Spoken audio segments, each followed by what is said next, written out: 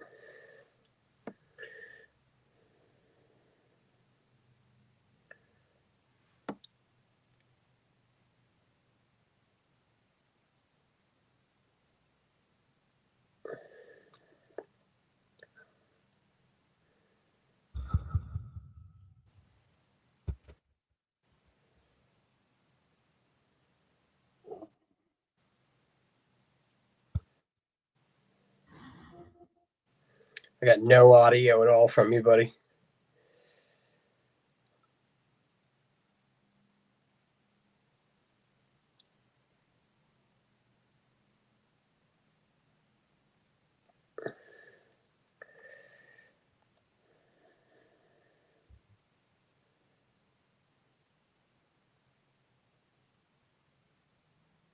What about now?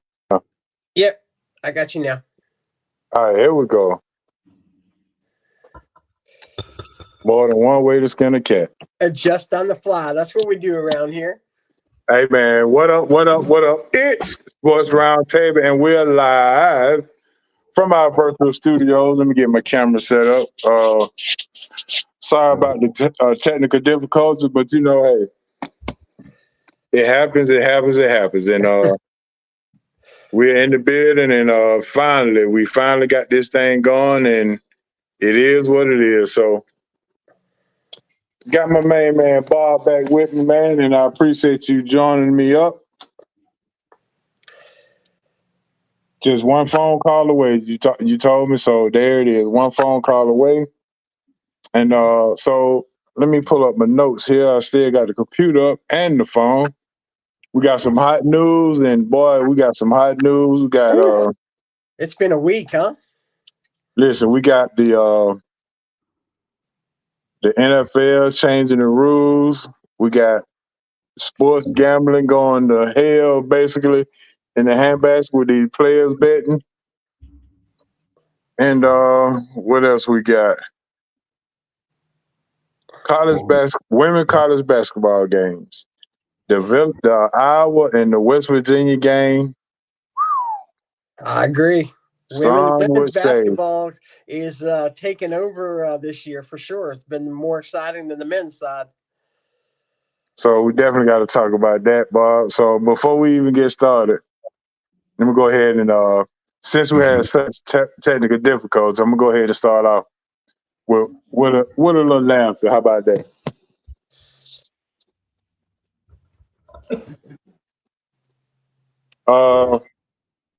As you know that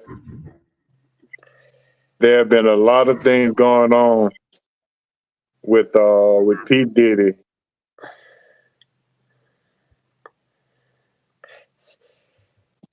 and I guess the question is, now we know why his theme phrase is "Take that, take that." Man, last week's wormhole was, where the princess is. This year's wormhole is, man, who is Diddy about to take down with him? That could be a laundry list of hip hop royalty. Um, I mean, sometimes you gotta start with the big guns to find out who the Thank, little guns are thank involved you. in the business. So uh, yeah, this whole story is just so bizarre, but it's just crazy how many people have been hinting towards this, little things that we maybe didn't take seriously, 2 or 3 years ago, but now that these stories are coming out, it's all starting to make sense. And the dots, I mean, the dots are starting to be connected to people working with each other. I mean, just saw a clip where Diddy worked with the Nickelodeon guy who was also accused of the same exact thing. And, so I don't know. It's a horrible situation. Obviously, I feel bad for any victims of, this, but my God, is this about to be a massive story? I mean, I think this is so the beginning of what is about to be possibly the biggest story of 2024. But it looks like Hollywood royalty, they've been getting away with stuff so many years for being famous, is about to come crumbling down. But man, now it makes you think, you know, did he really have something to do with Tupac? I mean, Oh, you got to start thinking about that. yeah, that's really something to think about. And I hate that it has to go down in our culture like this, where as soon as you hit $1 billion status or you get up to the point where you are so influential, it's always got to be some kind of backlash and some stories to get there. That's just sad to me. Well, the worst I'm thing like, about it too is you never know. In Is someone just trying to shake someone down for money? I mean, that's the problem. That's always in the back of your head too. I mean, you know, look how quick we were to ostracize Trevor Bauer, and then find out that girl had text messages that say she only wanted his money. And so that's always in the back of your head when someone's worth as much as Diddy is, Jay-Z is, or someone just trying to go for someone's money because they know it's a quick payoff. Using sexual assault is a very, very easy way to do that, because it is pretty much in our culture an indefensible thing. I mean, it's impossible to talk about, because if you say, if you say oh, somebody probably did it for money and they're coming after him, then you're, you don't care about victims, stuff like that. So it's sad all the way around. I hate that it's happening, but I do think that, Hollywood royalty is been going around. It's just too odd that these stories continue to flow around, and now the dots seem to be connected. And how weird is it going to be that Cat Williams is the guy that opened up the wormhole? He just finally had enough, and Cat Williams is bringing everybody down.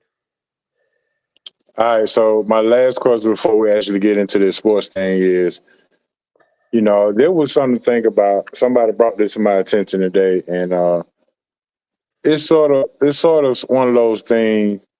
When you think about it, you're like, yeah, maybe I didn't think of it that way. But have you ever been so broke that you had maybe $40 to spend for the day, and you knew you had to get gas, and you knew you had to get something to eat, until that had to get you to your next pay period? Well, have you ever been so in?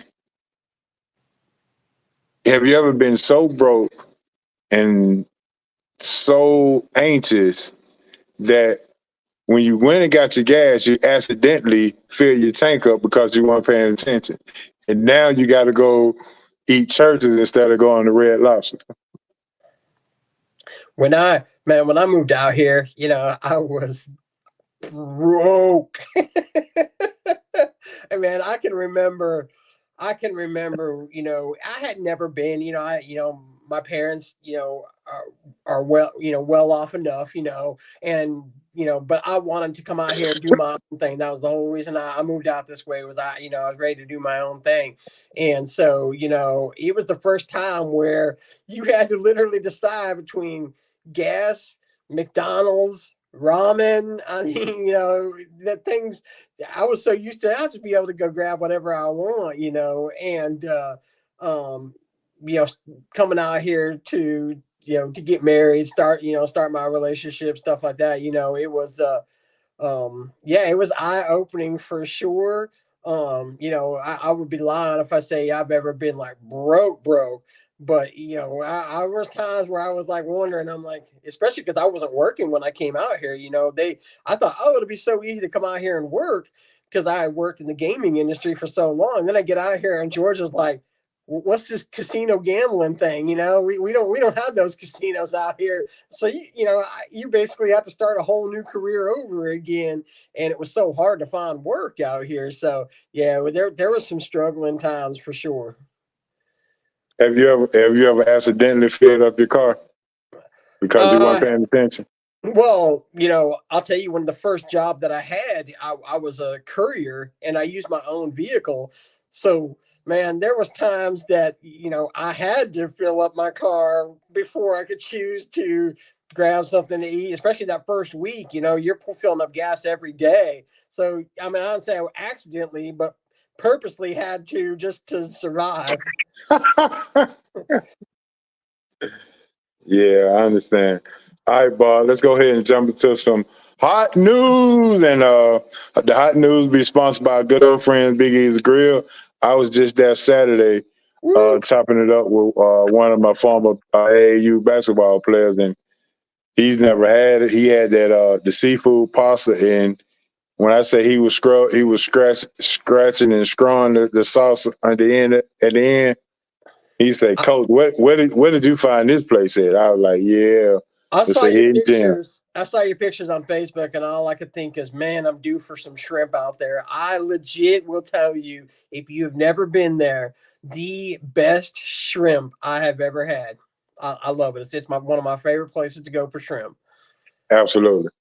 So Big Easy Grill, 1193 Collier Road. Going over to Big Easy Grill and let them know SRT Sports Roundtable sent you. Get 10% discount on any meal, $25 or more. All right, the first thing up is the NFL changing the rules.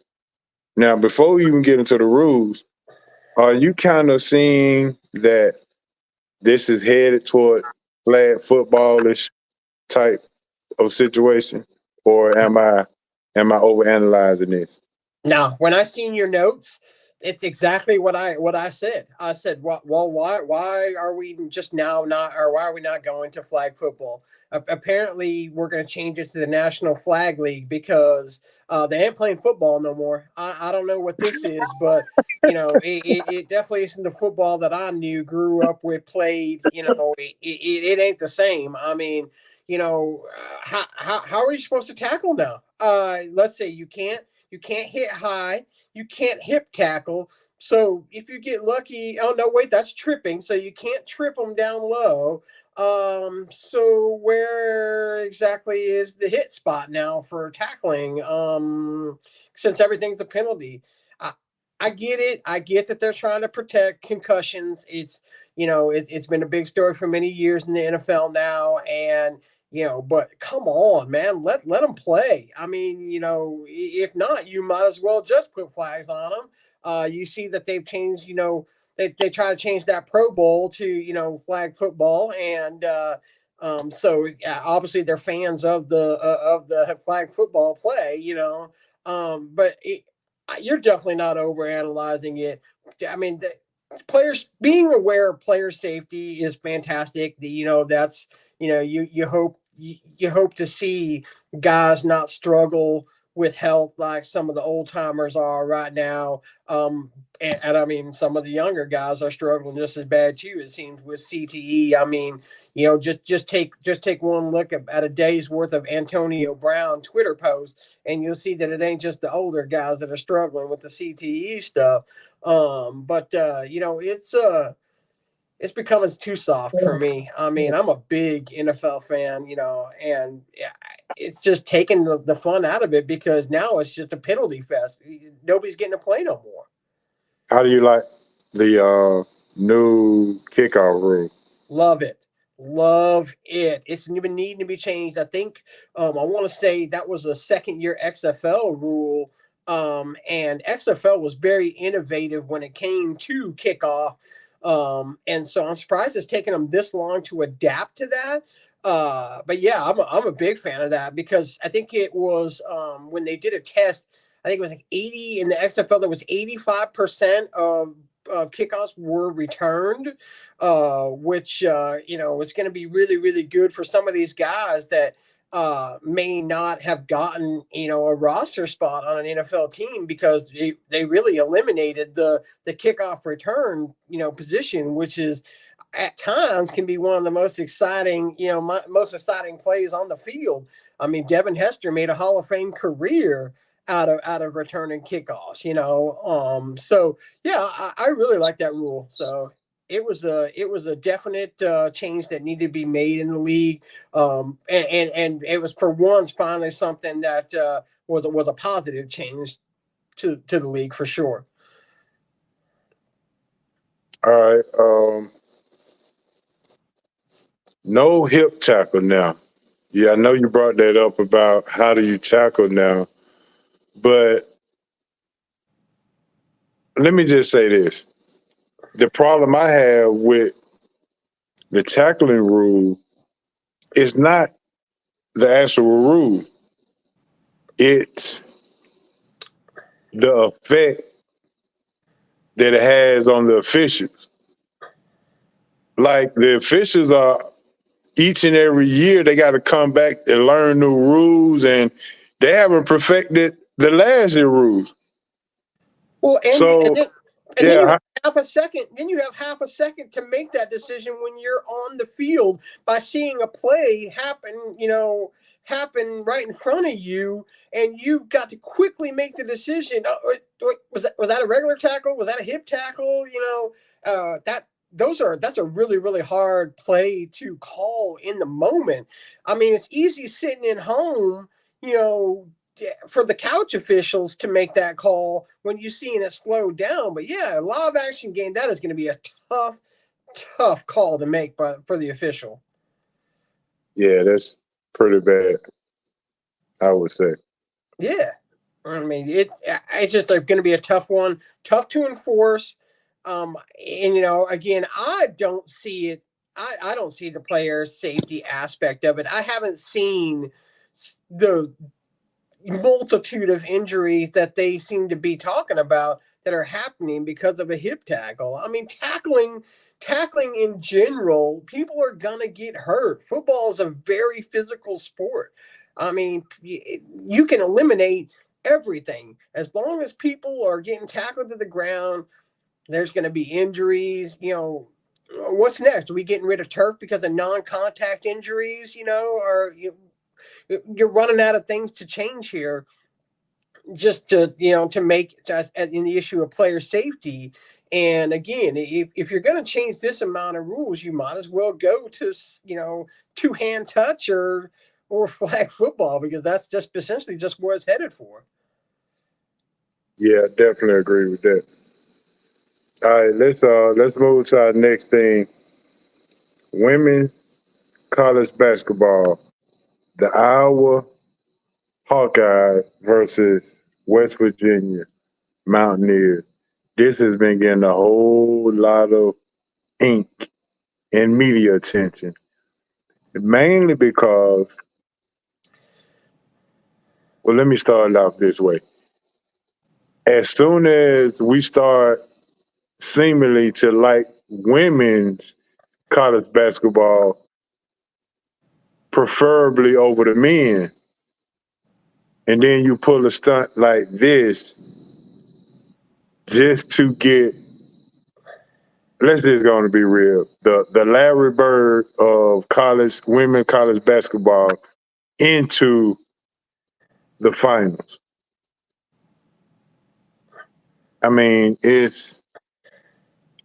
to you, was it blatant obvious that they had 35 free throws versus 5?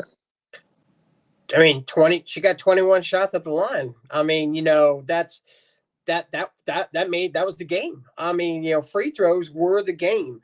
And I mean, say what you want to say, but those ratings will tank the minute that you start losing some of these bigger names, and they can't afford this early on to lose Caitlin Clark, who is making so much of the headlines. I mean, I think the Larry Bird of women's college basketball is a pretty good, terminology for her, because she is a generational college women's basketball player. I mean, and you lose that type of player, and you lose, I would say, one of your top three. I would put her, and then Paige Buchers from Connecticut, and Right. then obviously Angel, from LSU. So your big three, they see the ratings. I mean, they know that this is the most talked about college women's basketball, March Madness bracket, tournament in a long time. I mean, this is the first time I ever seen on Twitter people complaining about the officiating in a women's basketball game. I mean, if that says it all. I mean, how many times you jumped on social media and see people complaining about officiating in a women's basketball game? I mean, I certainly can't remember, ever seeing it. So that tells you the reach of this year's tournament. And this, with these all being seniors and not coming back next year, they have to capitalize this year on the excitement of the tournament. Are they going overboard with the way that they handle it, or should we not be surprised? Well, we shouldn't be surprised. I mean, again, the was it overboard? I mean, look at the numbers again. 30 to 5. That's and then you look at some of the calls that were made were kind of petty. You hate to say, yeah, you hate to use the word rigged. I mean, that I hate throwing that word around, but again, the NCAA will get who they want for ratings into the Final Four. So if that means more foul called against the teams that that they're playing, then yeah, that's what you're gonna see. You're gonna see called. So again, she is the hot topic in the women's NCAA, And so you don't want to lose that person in the second round of the NCAA tournament and watch your viewership go down the hole quick. Yeah, it was pretty obvious to me where you expect this in the men's game.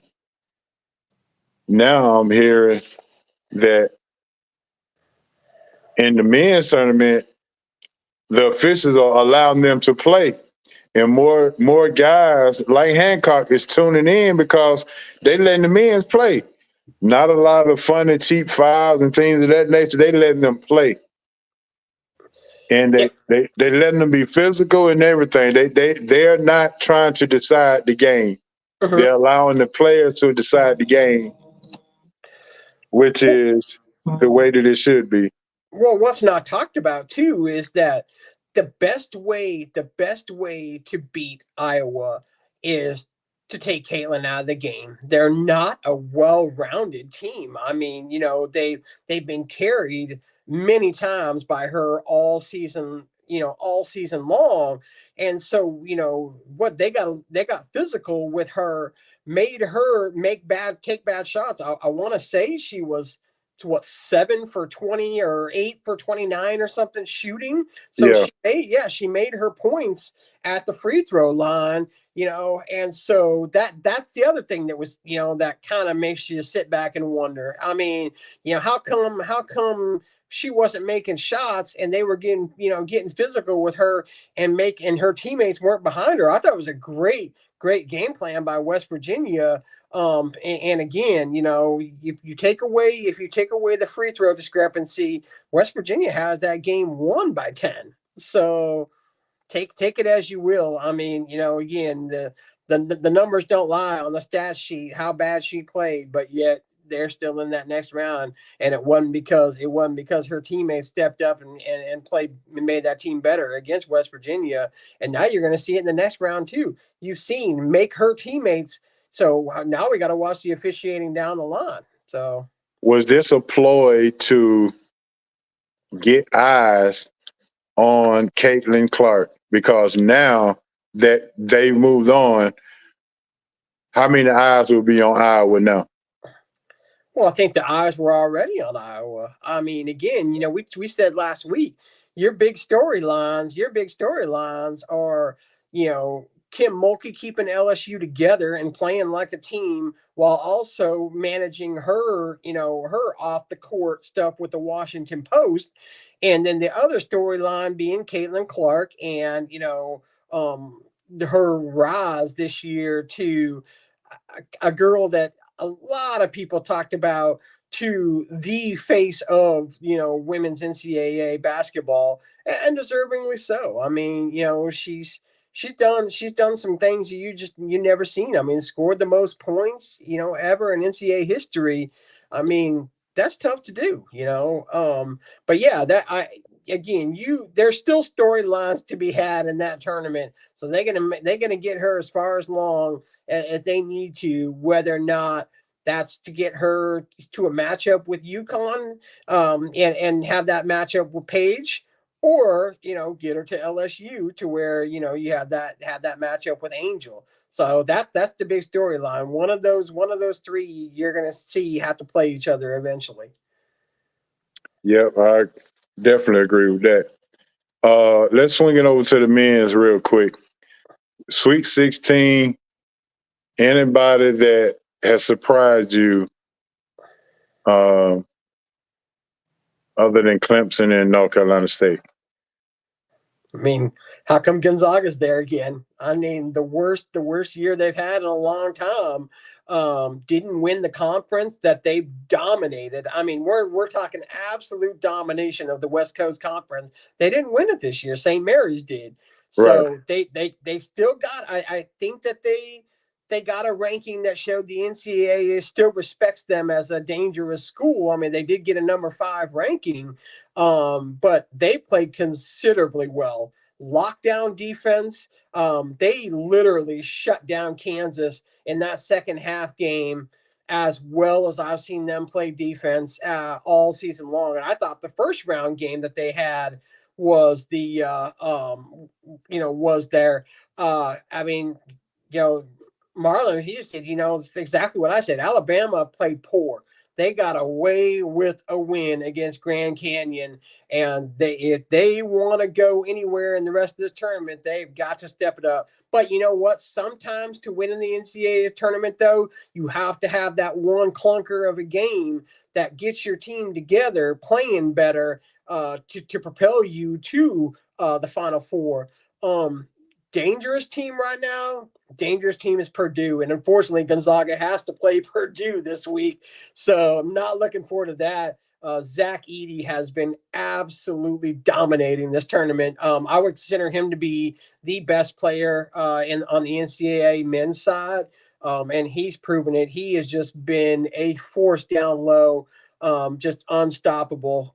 For Gonzaga to beat them, they're literally going to have to take the rest of the team out and let Zach Edey do his thing, and then play the defense to where he's the only one scoring, which they have the capability of doing.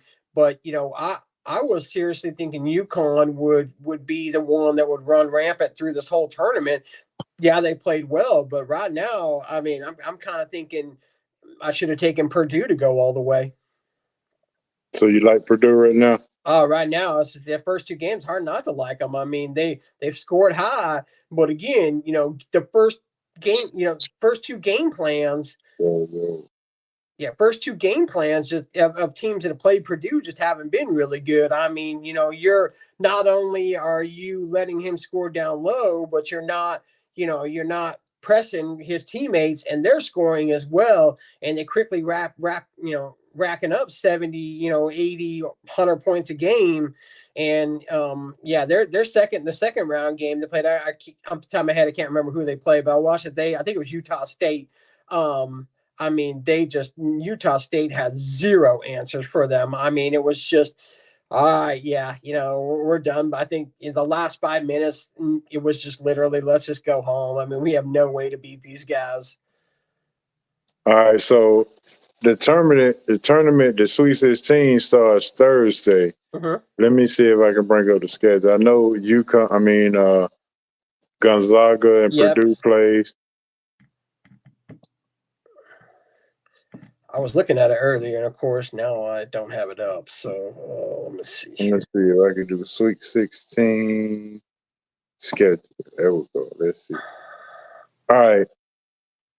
Clemson, Arizona, 7:00 tomorrow. You thinking Clemson could pull an upset? I don't think so on this one. I think Arizona is going to be a force to reckon with. I do really like them. So I do got Arizona taking this one. The San Diego State, who was actually in the Final Four last year, taking on UConn, who was champion.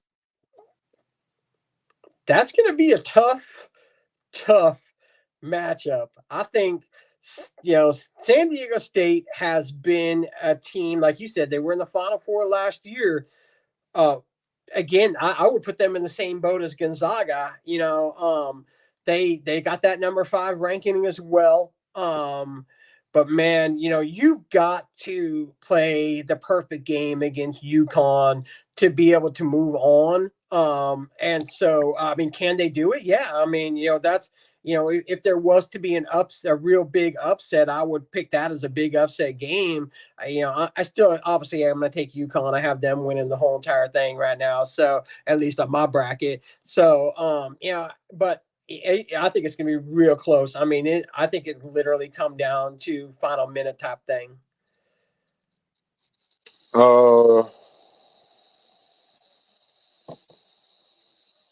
Alabama, UNC.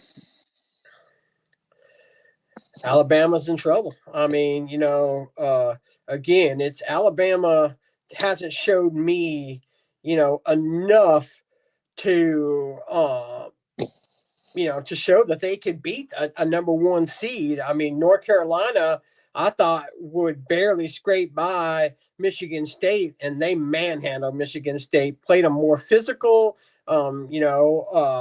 So and they played Wagner, obviously hard to judge at 116, but yeah, I mean, I think North Carolina's rolling as well. I mean, that's kind of why, when I tell you the women's side has been better than the men's side, because the men's side, it seems to be going pretty much exactly like I think we all thought it was. I mean, the number one seeds are strong, so it's going to be hard to tap them off.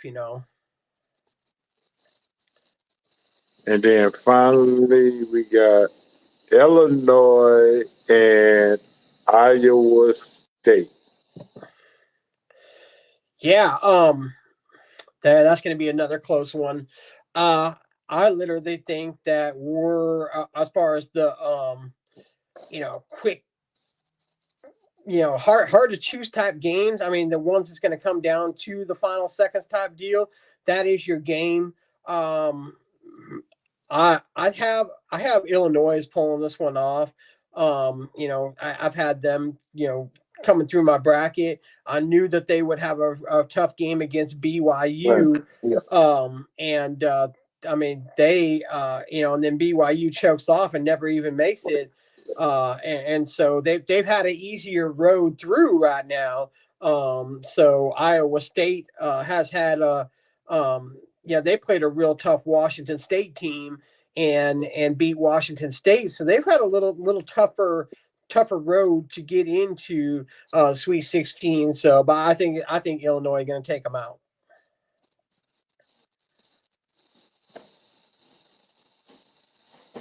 All right, Friday we got NC State versus Marquette.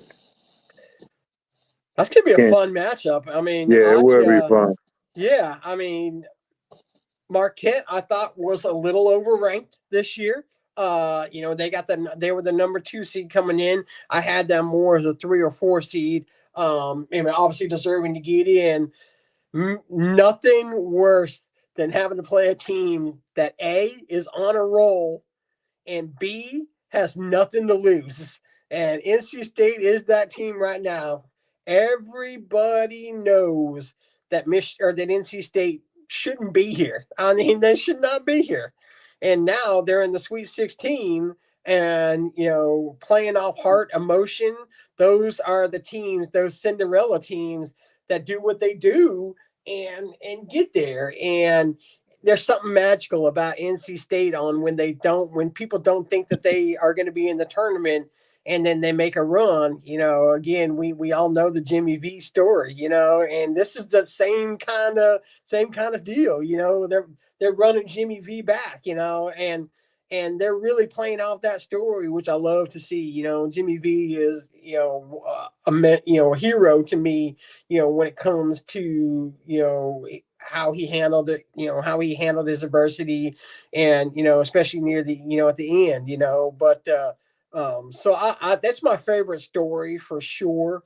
So I'm really, really excited to see that game as well. I still think Marquette's going to take them down though. All right, 7:39. All right, 7:39 makes 7:39 makes 7. I know where you will be.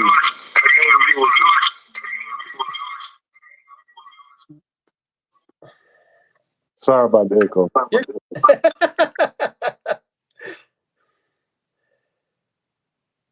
But Friday, 7:39, Gonzaga, Purdue.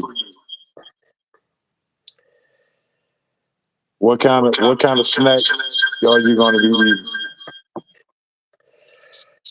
Well, Friday is always Hooters wings night at the house here. So my wife, she does dog walking on Monday, Wednesdays, or Friday. So when I get home, it's just me. So I get the Hooters Samurai teriyaki wings.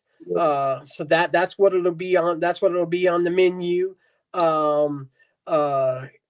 There might be more if it's close and I start getting a little stressed. We might have to hit the chip aisle in the house and and go from there. But yeah, I know it's going to be a nail biter. I don't think Purdue can blow out Gonzaga. Um, but when you're a Gonzaga fan, every single game is a heart attack waiting to happen because they're not a team that normally blows people out. I mean, these first two games they played have been so defensively dominated. Again, it's some of the best defense I've seen them play in the NCAA tournament. So, yeah, it's gonna be a nail biter for sure. Just as every big game when you get in the Sweet 16 and you're a fan, I mean, you got some action in the Sweet 16. So Yeah, I was about to every come to game when that. you're a fan is tough. Yeah, and then at 9:39, we got Duke versus Houston. Now, I will tell you this: Houston has to be the most physical team in the tournament. And it's some things that I would have said about Houston, but since we're on the radio or since we're on the podcast, I got to refrain from saying what they have over there.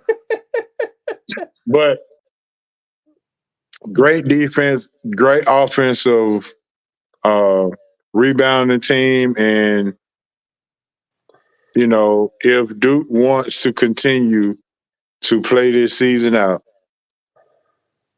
they will have to be just as physical.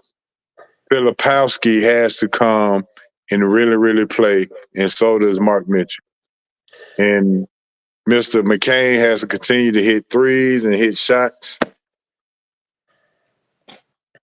But I'm like JJ, it's a 50-50 chance. And we'll see. There's three ways Duke can win this game. I mean, I would say Houston was the best regular season team in the NCAA this year. I picked them as my top team, and the rankings showed that. But for Duke to beat Houston, number one, stay out of foul trouble. If they try to be physical with them and they get into foul trouble, Duke is done. Two, make your outside shots. If Duke dominates the 3-point game, they've got just as good a shot as everybody else. I mean, they shoot the ball well when they win. It's when they lose, poor shooting. Number three, got to get everybody involved. That's Duke wins, especially this year when they spread the ball around. Everybody gets in there. You get your two or three guys that have that 15 to 20, and that's when Duke is as dangerous as ever. But if you ain't getting that three ball down, Duke is not going to win. I mean, again, they're not going to out physical Houston. I mean, they're just not going to. I mean, you might got to trip a guy or two. We all know the Duke way, got to trip a guy or two, but I mean, but no, Houston by at least 15. Sorry, buddy, by at least 15. Well, the point spread is only 6. Houston by 15. You heard it here first. Wow. Yeah. I'm sorry. I'd be the first. On the flip side of that, if I would not want to be playing Houston either. So, I'm really glad it's your end of the bracket that has to play Houston and not my end of the bracket. Because, like you said, they are the most physical team in the NCAA right now. They trap screens, they double picks, they do it all. So yeah. I don't know about 15, but I got hope. I'm just hoping for one of those UNLV Duke moments. Yeah. I mean, it's possible. Well, I can't wait. I can't wait for you to text me and throw it in my face when it's not a 15-point game. But I don't know. I'm not that kind of guy. I'm not gonna be doing all that. I'm not one of those who do all the rooting and ratting and I told you so and all that. I'm You got just you got to save that kind of trash talk for fair weather fans, not guys that have been fans of their teams for multiple years. I mean, yeah. that's what I never understand about sports fans. Man, who else you think I'm going to pick? You think I'm a Gonzaga fan, so you think I'm not going to pick Gonzaga to win against Purdue?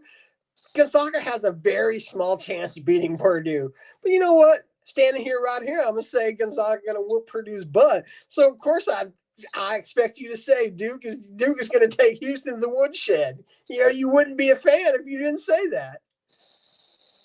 Well, I am a realistic fan, and I do understand that uh, I've been very, very critical of the in-game strategy and coaching this year from Mhm. John Shire. So I will say I hope Duke can pull it out, but chances are, like Marlon said,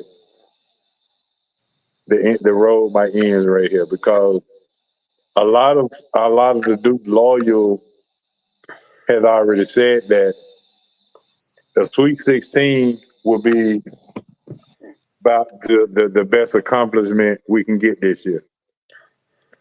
Yeah, I mean but those guys will only get better. I mean, this is a relatively young Duke squad, So, this to me, at least when I looked at it at the beginning of the year, I thought would be a turnover year for Duke, and the fact that they're in the Sweet 16 in a year that I thought would be, a turnover year for them. I mean, you got to be happy with that as a Duke fan. I mean, we're here with 2 weeks left, and 2-3 weeks left in the NCAA season, and your team's still there. You got to consider that a success. I mean, especially with the parity this year in college basketball, where there wasn't that like absolutely devastating, dominating team. I thought Duke played really, really well this year, above expectation.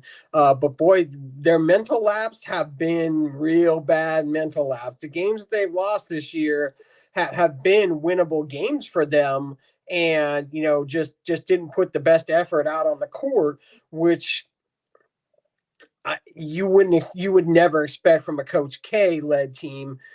But those days are over. So you have to see now what how coaching and adversity and those type of things happen. How does the coaching react in the moment of playing a big game here like Houston? I mean, this is going to be the most physical that they've seen against a team this year. So it'll be interesting to see how they react. I said, I just don't see it this year. I mean, again, Houston is just too good, on that side. So I don't know, man. I hope for a good game, but I'm just not. I really don't expect it is going to be one. So I think you got to be real proud of a Sweet 16 bid, but this is the end of the road.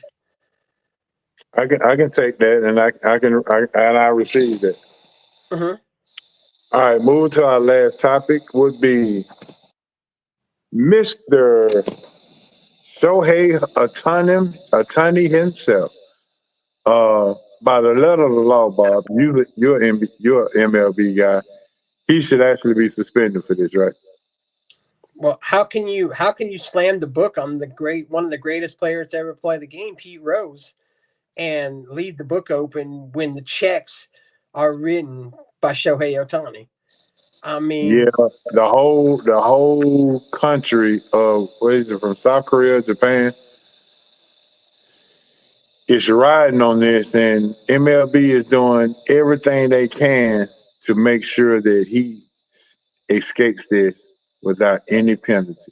I'm sure. well, I mean, just look at his press conference he gave the other day, where he didn't take any questions, didn't answer nothing other than, "Hey, he stole from me." Yeah, that we heard that from you before, but 5 minutes before that, he was your best friend, and he said that you knew what was going on. You got two things going on here. HO, you got two things. One, you have where the global expansion of MLB, which the commissioner is scared of, because that's what they're banking MLB on, is the global expansion. And the other thing you got going for you is, how can you, cut down on gambling when everything that you do is sponsored by DraftKings or FanDuel. I mean, that's just the thing.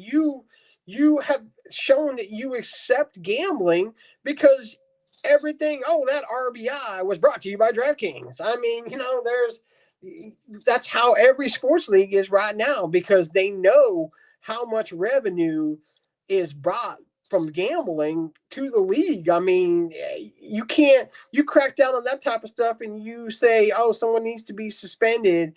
And then, when you're basically condoning gambling, when you promote gambling with every sponsorship that you have in the league. It's not just, we're not talking about one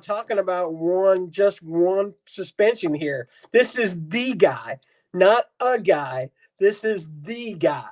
This is the guy that MLB has hitched on the saddle, and they're riding this horse as being the face of MLB and the MLB market. I agree with you saying one suspension is not going to hurt global expansion. You're right. But this one will. I mean, again, we're not talking about an average Joe getting suspended here. If Kodai Sengai gets suspended for gambling, it ain't a blip on the radar. This is a guy that you have attached yourself to as the face and the guy that brings in the most viewership single game. The Dodgers will break not only attendance records this year, they will also break records as far as people viewership watching this year. Yeah, we're not talking about an average person here getting suspended. We're talking Michael Jordan being suspended for gambling in the height of his career. Do they need to make him? Do we need to make him disappear and go play basketball for 1 year, like Jordan, served his suspension by playing baseball for a year? Maybe that's what we got to do. Hey, what if it was Mookie Betts instead of Ohtani? Then what happened? Not a blip on the radar. Not a blip on the radar. I mean, it would be big news, obviously. Any player in LA is going to bring double the attention. Hey, Marlon, he's not going to miss 10 games, though. You can't. The punishment for gambling is a lifetime ban. You've established that that's what gambling is either a lifetime ban if you found out that he was betting on baseball, or a year-long ban at least. There hasn't been a suspension of a light suspension for gambling. This is $5 million in gambling debts. That is massive. I mean, we're not talking about a small claim story here. Again, if Ohtani was to miss 10 games, it wouldn't hurt. Yeah, I agree with you 100%. That wouldn't hurt nothing. I mean, it would kind of put a dent in his reputation. But yeah, you can't suspend Ohtani for 10 games. Then if it happens again, and then what are you going to do? Suspend the next guy for 10 games? What if he bets on baseball and you got to banish him? You got to set a precedent here. And the commissioner of MLB is scared because you don't want to set a precedent against your most popular player in the league, a guy that's going to sell jersey after jersey. I mean, he's the cash cow for MLB. Again, this is the Michael Jordan of MLB right now as far as height, popularity. This is the LeBron. This is, yeah. There you go, Bob. Some in the chat. He should be there already. I mean, why? We shouldn't even be having this discussion. We shouldn't be having this discussion about him. We shouldn't be having this discussion about Barry Bonds. I mean, again, how you pick and choose. We aren't talking. There's people in the Hall of Fame right now in MLB that have criminal histories. We have people that have been in jail multiple times for tax evasion that are in the MLB Hall of Fame. Pete Rose is one of the all-time greatest players in MLB, and the fact that he's not in the Hall of Fame has always been a shame. Barry Bonds, did he do steroids? Look at his body transformation. As clearly he did. But you know what? Barry Bonds was a Hall of Famer before he ever jacked up on muscles. I mean, it's you're looking at a bigger story and keeping people out of a Hall of Fame. Look at the guys you got to keep out of the Hall of Fame are people whose numbers were rising. They were nothing beforehand, and then once they took steroids, like a guy like Mark McGwire. I mean, he really, he had a really good rookie season, but he was kind of declining, beefs up, and then becomes the home run hitter he was. But Barry Bonds was on a Hall of Fame plateau career well before he ever got into association with of steroids. There is no integrity. There is no integrity of the game, Maurice. There hasn't been for a while now. I mean, again, when you invite the sponsors that you invite into your leagues, this isn't just an MLB issue. We're talking NFL, NBA. Sports betting is the biggest industry that controls sports right now. It's just they have let the sports gambling market take over that game, and then wonder why everybody's getting into sports betting. You promote it on a daily basis every single day. I mean, you look at people's courts now. You look at their uniform, DraftKings, FanDuel. It's all over everything. And then you wonder why you guys in the league are betting. As long as you aren't, my thing is, if you allow that, and as long as you aren't shaving points and you haven't improved to shaving points to me is the unforgivable sin. Causing your team to lose because you put $1 million down on that. That's the unforgivable sin. But you can't promote one thing and then say it's a bad thing day to day. I mean, it doesn't work.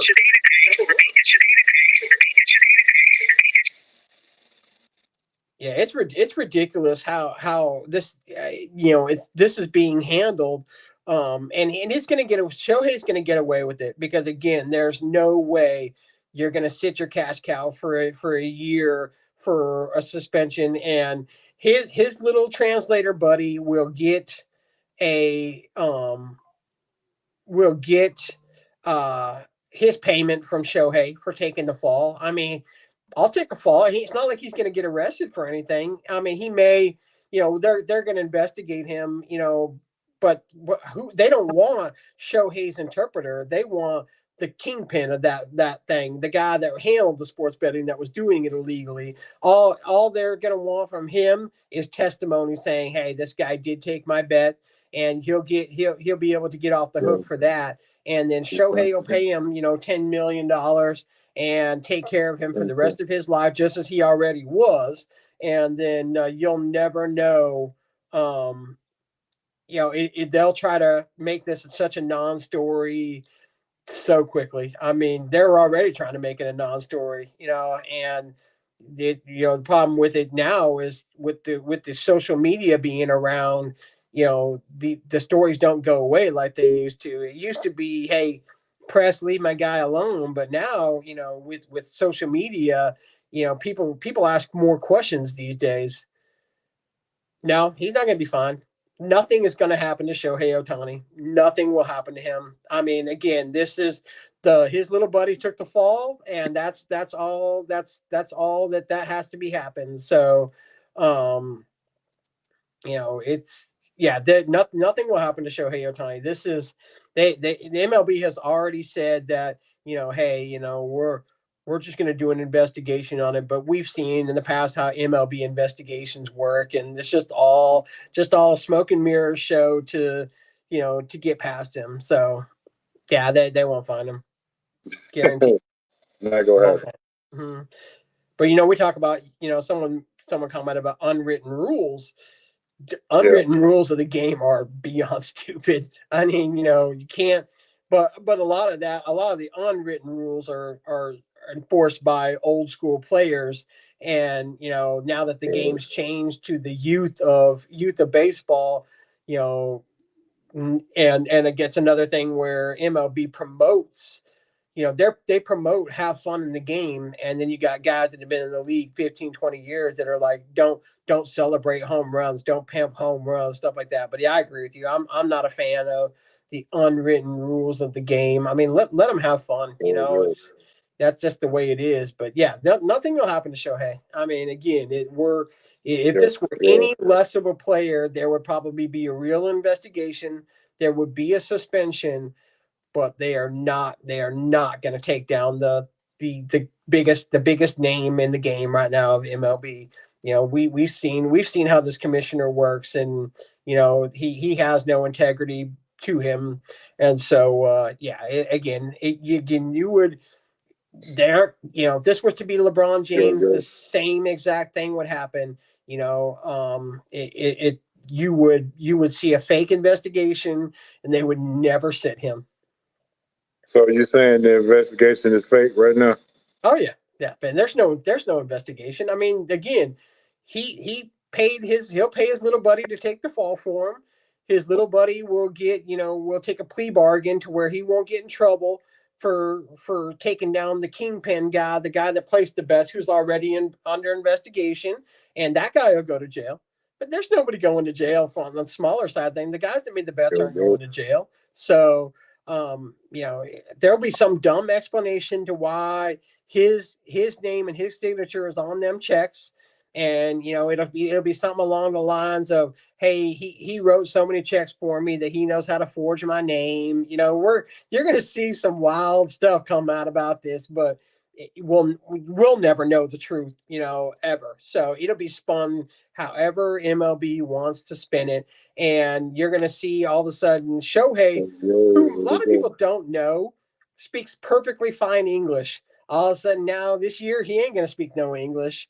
He ain't speaking no English. No English. Yeah, that guy that took over as his interpreter will be with him at every press conference, and he all of a sudden he's not going to know a word of English this year.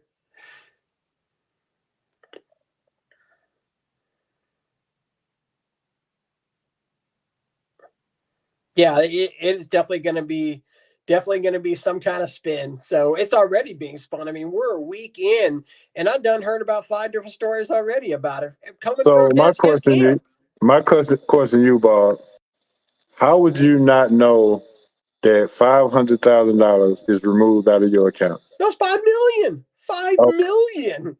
Well, 500 at a time, but it's added up. But yeah, you don't. That's always been my thing.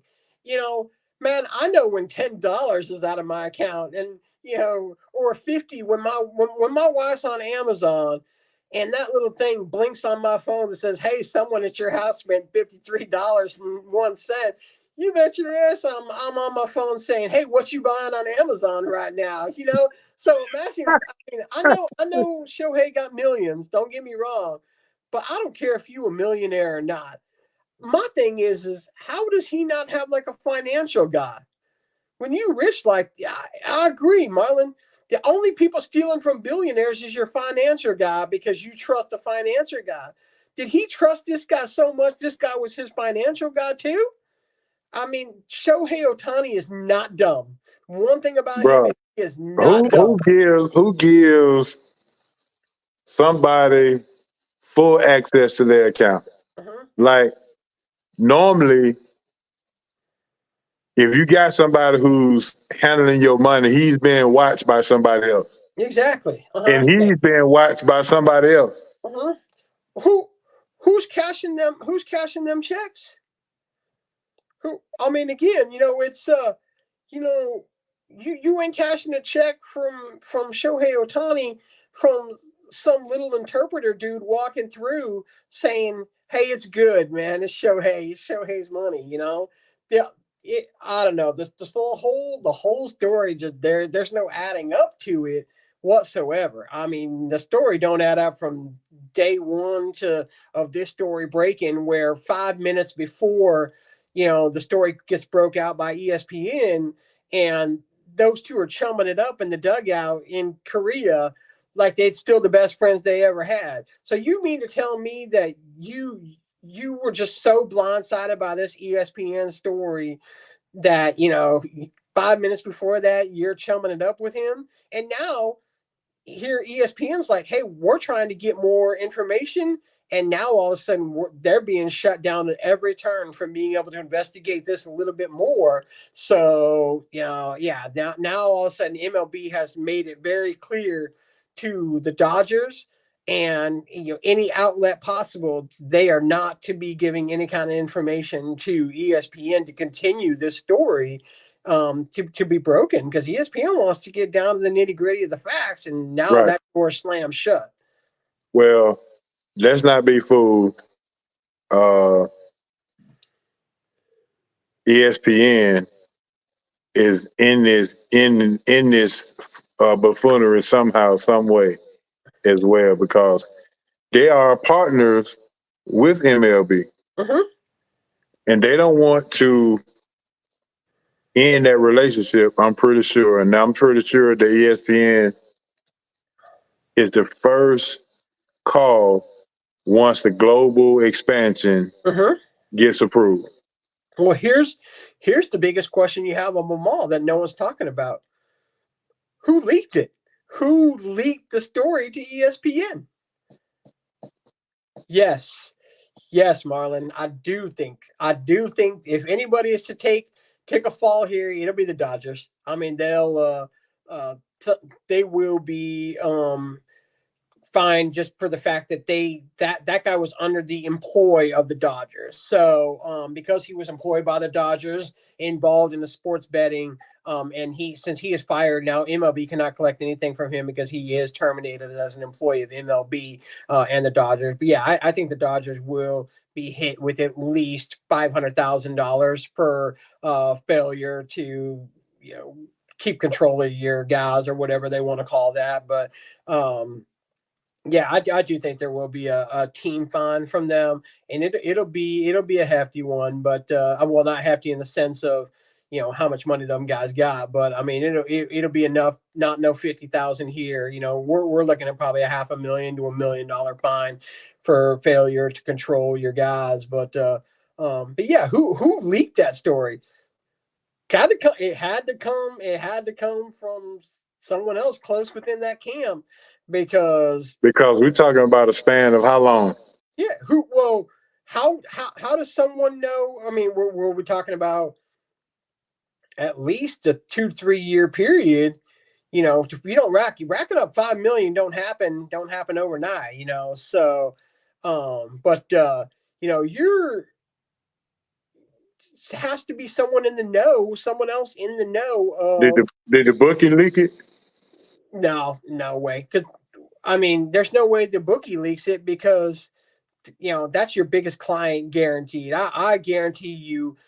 I mean, I'm sure he went around bragging that Ohtani was his guy. Who wouldn't? You be telling all your buddies, hey, I got Ohtani placing bets with me, because man, that means more people are going to bet with you, because they're like, man, if Ohtani trusts this guy to make bets for him, he must be a legit, you must be really good at playing the spread and stuff like that. He's going to win me a lot of money. So I guarantee you that guy was running his mouth too. But yeah, that ain't who leaked it to ESPN. Hey, Bob, let's switch gears and get to our ballers and busters and boy stop, and we're gonna come back to that in our roundtable discussion, because I got something to ask you about prop bets and basketball player bets, things of that nature. Yeah. All right, but let's go ahead and jump into our ballers, busters, and boy stop this week, and we go get that thing sponsored by Bo Bell Basketball. Bo Bell Basketball is a place you can go to improve your basketball game, improve your scoring average, your rebound average, and your assists. Bo Bell Basketball got 3 different locations. He has North, Midtown, and South. There's no excuse. You can get to Bo Bell Basketball no matter what it is. If you have a car, you can get there. He's on the bus. He's on the bus line as well if you just need to have that. Plus, we got Uber and Uber. You can Uber to Bo Bell, whatever the case may be. Go to CoachBoBellBasketball.com for more information.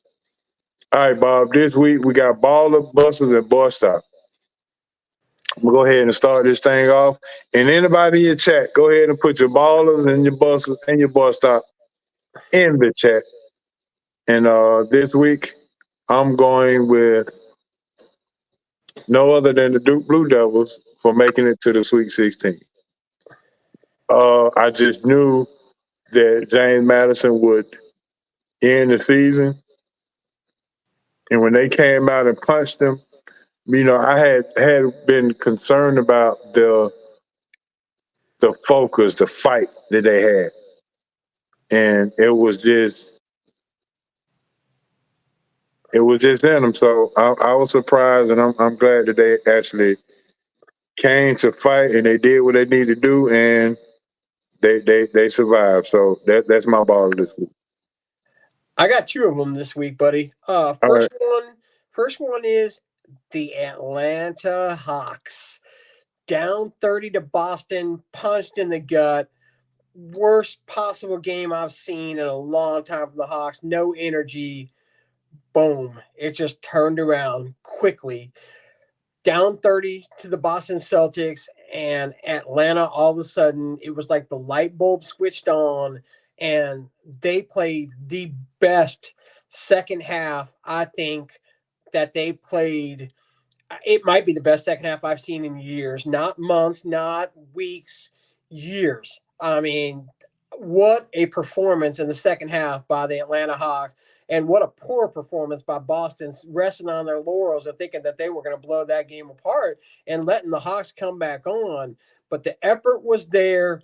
And I mean, you saw the light bulb come off on that team finally, which is what you want to see when you are about to play some of the most important basketball that you played, because you're right on the fringe of a playoff berth. So that they definitely get a baller for that game. I was so proud of them fighting and crawling back, because that is the one thing that lacks in Atlanta Hawks basketball, and has lacked for many, many years now, has been effort and not scratching and clawing, and they did all that game, and so I was so proud of the guys for that game.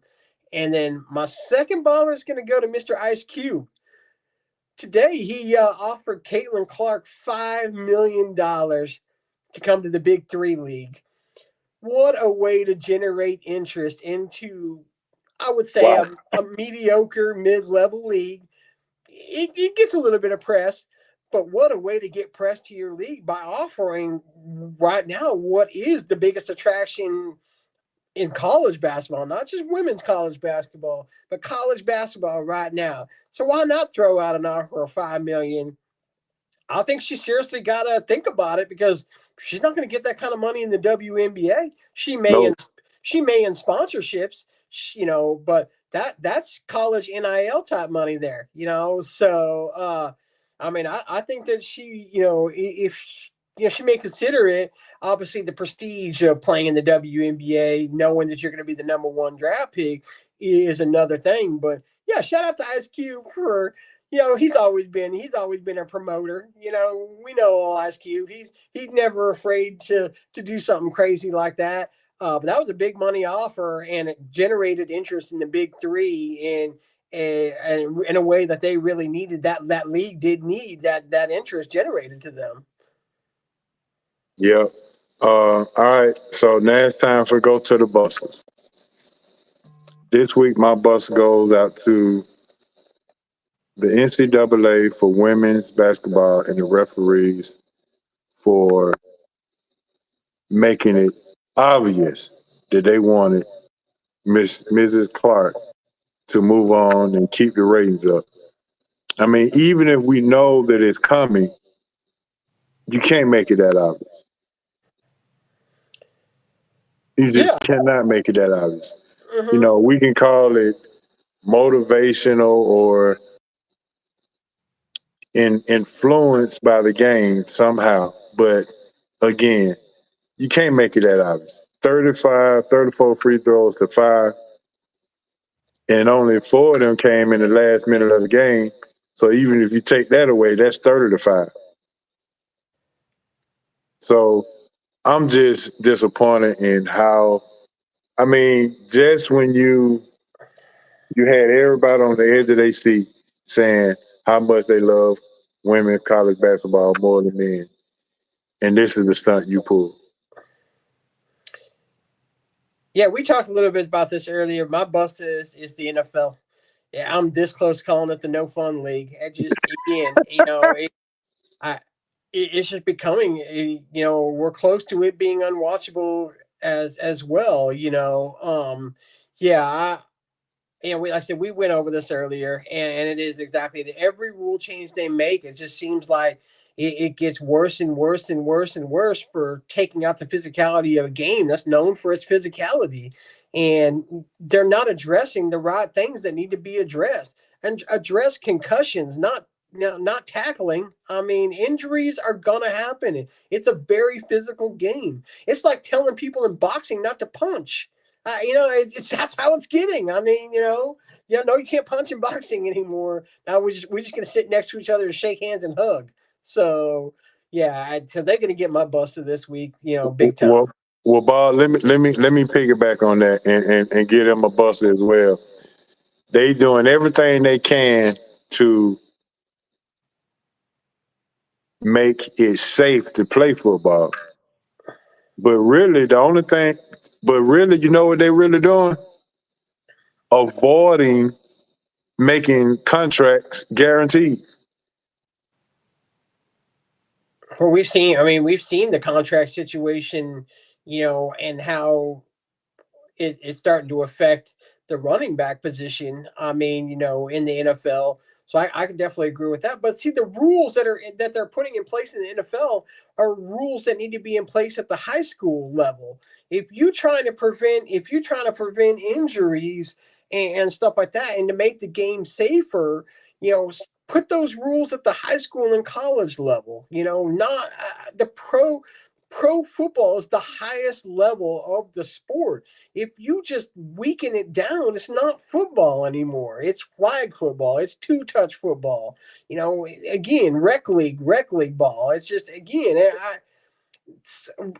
there's a rule for everything now, and it's just ridiculous. It just makes it again not fun to watch. And that's I watch it for the physicality. I want to see a good hit. I want to see. Obviously, you never want to see someone go down. I mean, but the amount of non contact injuries are just as high as contact injuries in the NFL. You're seeing guys go down right now with knee injuries that aren't even touched at all. So, right, yeah, again, I understand why they're doing it, but it's just I don't know, man. I just thought that was one of the more unnecessary rule changes. So I always got the unsportsmanlike hitting them, hitting above, hitting the head, stuff like that. CTE is real. So I just thought this was a because there was more injuries for it last year. I think that they kind of had to panicked out a little bit and then had to make a rule on it. So yeah, I agree with Dez on that. yeah. I mean, again, what's next? We're not the Cowboys not going to be able to jump in the bucket anymore on Thanksgiving because someone tripped and tore a hammy jumping in the bucket. I mean, again, that's how stupid it's getting. Literally, someone gets hurt from something, and there has to be a whole rule change. I mean, look, and we go back to MLB. Look at the catcher rule.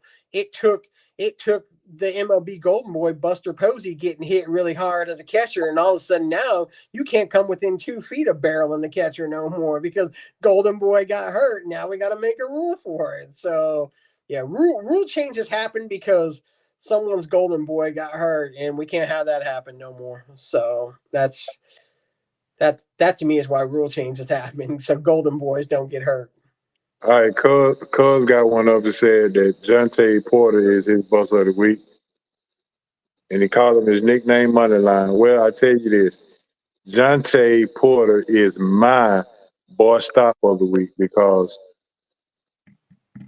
first of all, how are you on a prop bet? You the 10th man on the bench. How are you on a prop bet? And rumor has it that there were some folks calling in trying to make a $10,000 to $15,000 bet on his under.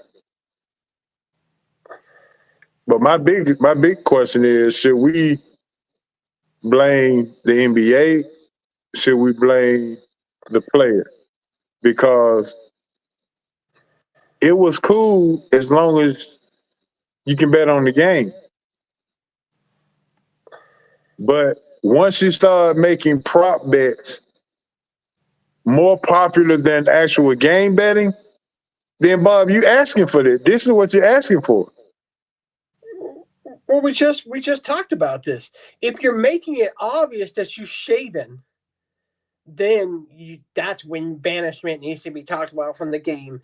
And his the betting lines and stuff for a guy that would otherwise not be a blip on anybody's radar screen playing in the NBA. Like you just put it, the 10th guy on the bench don't need to be obvious, and that's what it is. Now you got the 10th guy on the bench being obvious, and this is where we're going to, we talked about earlier about the big guy not getting any. We'll wait till the little guy gets investigated here. I think Mr. Porter has seen his final days playing in the NBA. So I think this one, he's going to be, if not banned, we're looking at least a year suspension. And correction, he plays for the Toronto Raptors. Yeah, I think yeah, it was the Raptors. He had Trailblazers up there, but the Hawks playing the Trailblazers tonight, but he actually played for Toronto. Yeah, it is the Raptors. But yeah, I agree. He's in trouble. Yeah, this ain't Ohtani we're talking about here. We're talking about some Joe Blow at the end of the bin. Being Michael Porter's brother ain't going to help him here. So I certainly agree with that. Yeah, he's done. Yeah, that's my boy stop for the week. You got a boy stop for the week? Paul Pierce. Paul. On a little show today, doubling down on facts or fiction with Keyshawn Johnson, that he is more clutch than LeBron James. Man, boy, stop. You ain't more clutch than LeBron James. I mean, I don't know what his infatuation is with LeBron James, but he says LeBron only did the big three because they did the big three. And I mean, is that a possibility? Yeah. I mean, it may have shown the blueprint for winning, but man, his big three was a lot better than your big three. And that's, so as shown by his big three whooping your big threes, but many times, through the years. So, he's very confident in his past abilities, but man, you ain't more clutch than LeBron James. I mean, pick someone a little more in line with your game. And but yeah, man, that's my boy stuff. I couldn't believe it when he first said it, and then they asked him today, like, are you doubling down on it? And he's like, yeah, I'm more clutch than LeBron.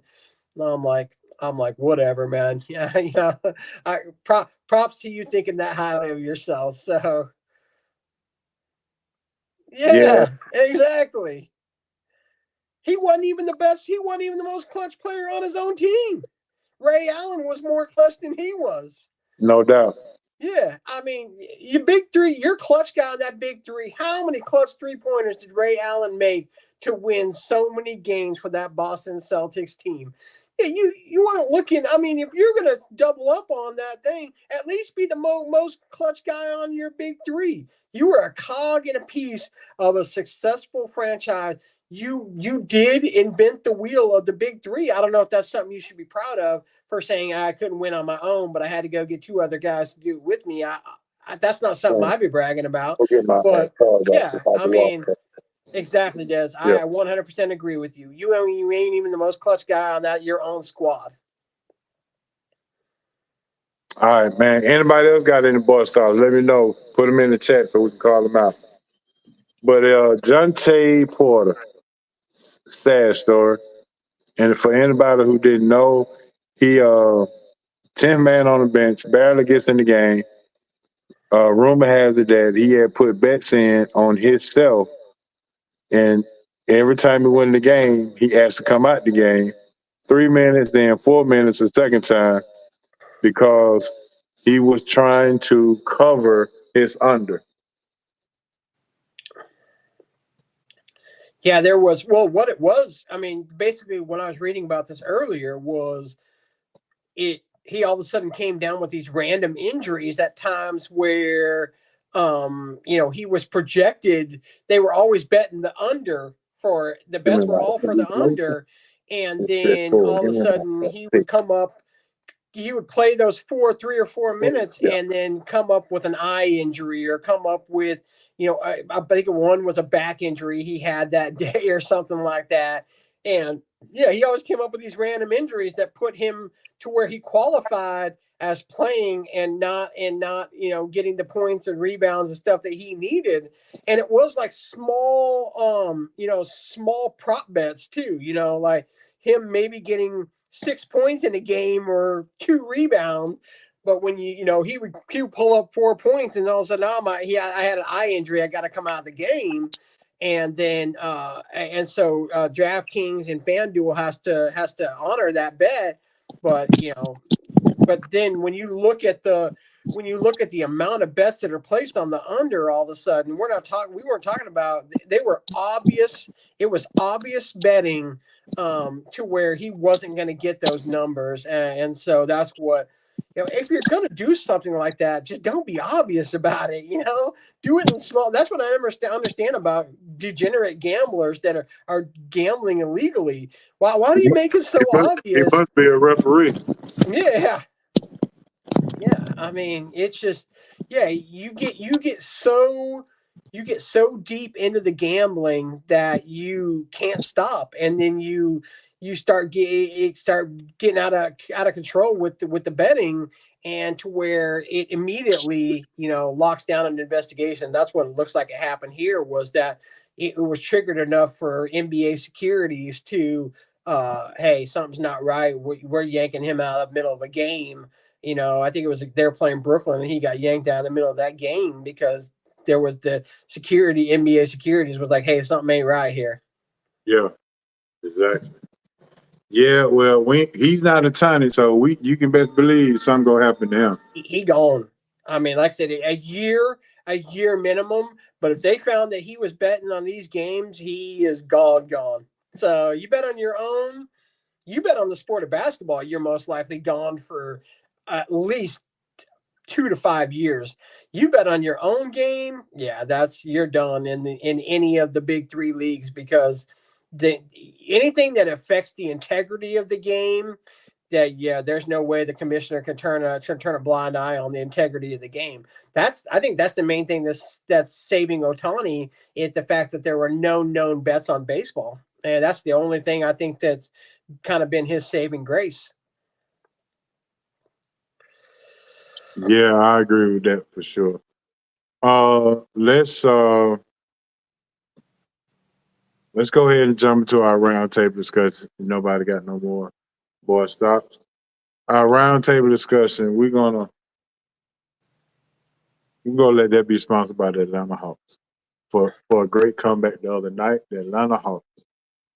Tune in to the Atlanta Hawks as they are still thriving and trying their best to get out of the play-in games and get all the way up to the 8th spot. We'll see how that goes. Before we even jump into our roundtable discussion, Bob, I got to ask you about the Hawks' comeback victory. Does this show everyone and anybody who's paying attention and watching how they can play without Trae Young? Well, I mean, the team effort, um, their wins without Trae have been everybody contributing, which is what you have to do when you lose a major star. Unfortunately for Trae Young, you look at the flip side of that. It shows they can win without Trae. So, again, if the Hawks were to make a move where, Trae Young is not a part of this franchise anymore, you've shown that you have the capability of a roster that is willing to lock down and play defense when they need to play defense. I mean, granted, the first half of that game was poor. I mean, very poor. But they're coming off a rough stretch. I mean, I think they went Phoenix, Charlotte, Boston, and then so three tough games, back to back. They manhandled Charlotte, and so yeah, coming in they looked tired, kind of slow. But again, once they started feeling that comeback, you could slowly see it coming together. All of a sudden it was one good defensive play led to another good defensive play. You can't look past the fact that I think Boston kind of phoned it in, thinking they had the game won, but it just goes to show you why the NBA is a 4 quarter game. That this is, like I said, was the best overall game I've seen, and definitely the best half of basketball that I've seen from them in such a long time. I don't think they would have done it with Trey. I hate to talk bad about Trey. I mean, I just do, but they're a different team with him on the court, and I don't know if I don't know why. I mean, I wish I had an explanation why it doesn't work with Trey here, but it hasn't worked. I mean, it's his if his dad found out I was talking about him like this, he'd kick my butt. I've known his dad for a long time, and and we've talked to him, on radio before, and he's, I'm very supportive of Trey, but it's just not working, and I don't understand what it is. Is it a commitment to defense on Trey's side? It's just, at what point we're 4 coaches in right now in Trey's career here? At what point? Yeah, I think this is number 4. Yeah, at what point is it not the coach? I mean, now they've got Quinn. Quinn is a known great head coach. And now you're seeing what they can do and how his system works without Trey in the lineup, and how they're able to spread the ball out more. And then you've got different guys being the focal point every single day, and guys getting the ball that should be getting the ball to help the Hawks win. Trey needs to show more commitment to being a better ball handler, as far as getting it to his teammates over shooting dumb shots where no one's in position to rebound, and having wasted opportunities. He's always been from Oklahoma on a real streaky shooter. We knew that coming in, but I hope that as he got older, got more mature into the game, he would, rely less on taking bad shots and being a better team captain and taking over that role as ball handler. And there's some games, and that's just what's so weird about Trey. There's some games you see that from him. You see that flash of what Trey Young and the Atlanta Hawks should be, but it's just so inconsistent that, now that he's not there, you really, really see just how inconsistent it is, because now they are more consistent. I mean, I just think they've proven to be a better team without him on the court right now. I mean, not a lot of people agree with that opinion, but I mean, just what I've seen each game that he hasn't been there, this looks more like a complete team without him on the court. Funny you just say that, and his dad sent you a message in the chat.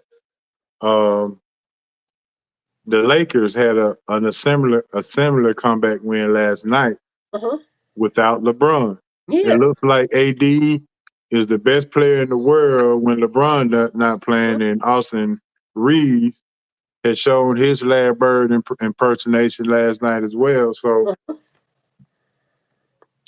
is this coincidental that teams play better without their best player? Or what is it, something in the water this year that's going on that we don't know about?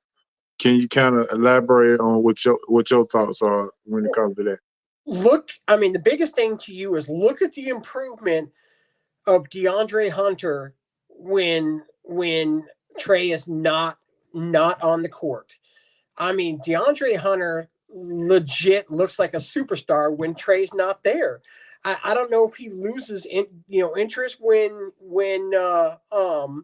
Trey's not there, but DeAndre becomes the focal point of that offense when the ball's spread around and he gets the points and he's making those shots. Deontay Murray, it's another thing. Since he's come here to Atlanta, he's just been an afterthought for this team when he was a legit superstar in San Antonio. When they made the deal to get him to come here, you thought, okay, this is it. This is that finally that big two now that you have the guys around them, because I think we all knew DeAndre Hunter was going to become the guy that he's become now. And to fill in to be the big three with Trey and Deontay Murray. So I mean, again, it's shown that how well the ball. I'm looking at it right now. With at the Boston stats. I mean, you're looking at 20. This is the start. The five top guys. DeAndre Hunter 24. Capella 14, Bogdanovich 22, Murray 19, Krejci 16, and the Bruno off the bench with 13. An overall team win, and that's why they were able to pull it off. Tonight, the looking at the box score real quick, I mean, it looks to be kind of the same thing. They really, really spread the ball around. I mean, Murray's got 15 today. DeAndre's got, has 9.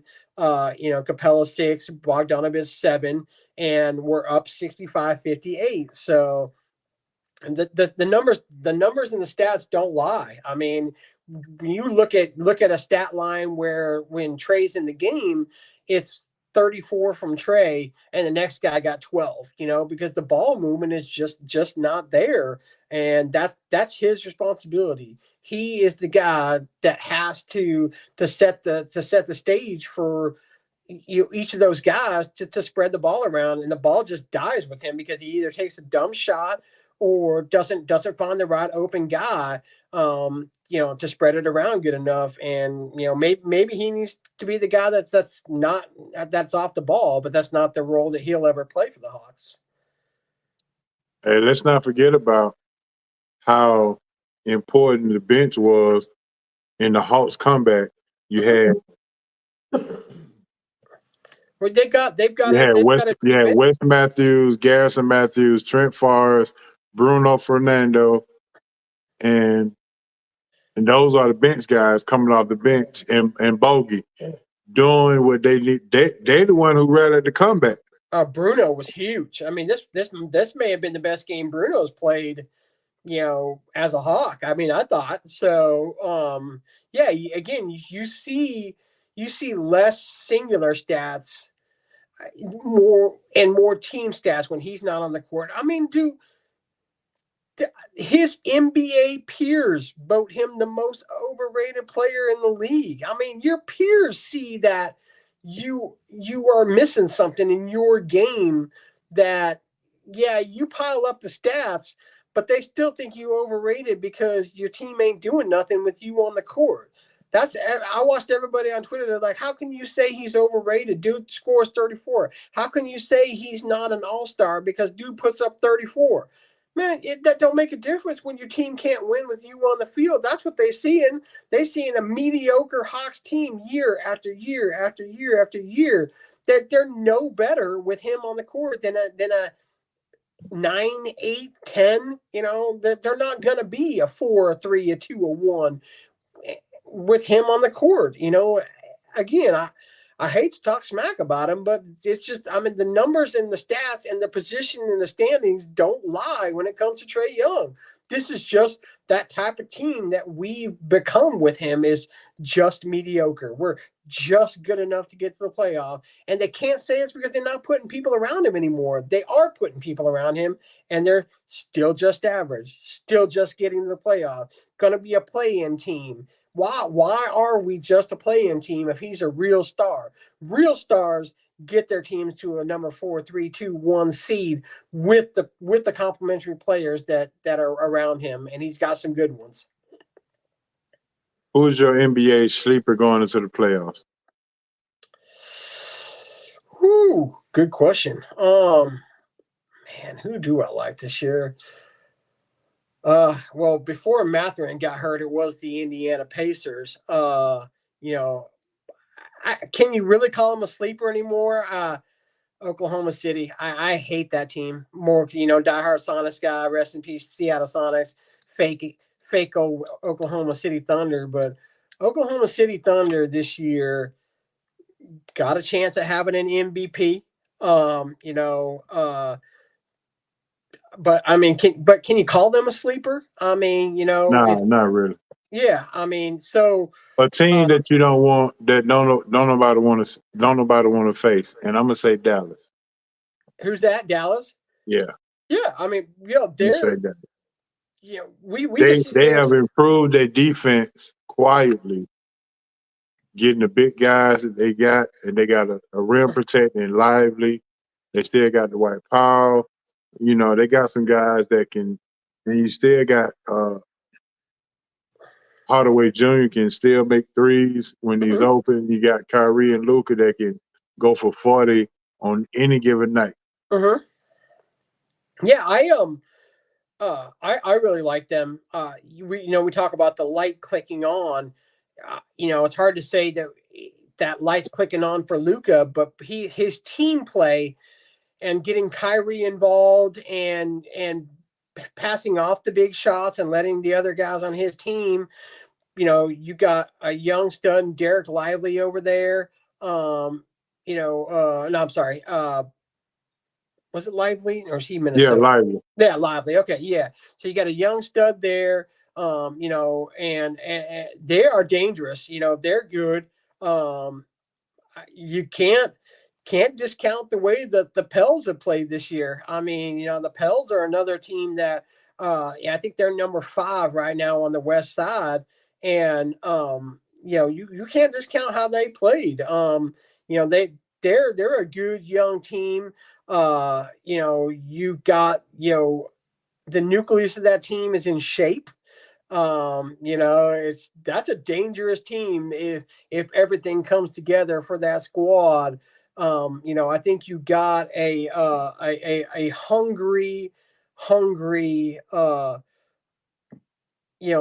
team there. So I would say if anything of a sleeper team, I think the Pels are pretty dangerous. But you're pretty spot on with Dallas.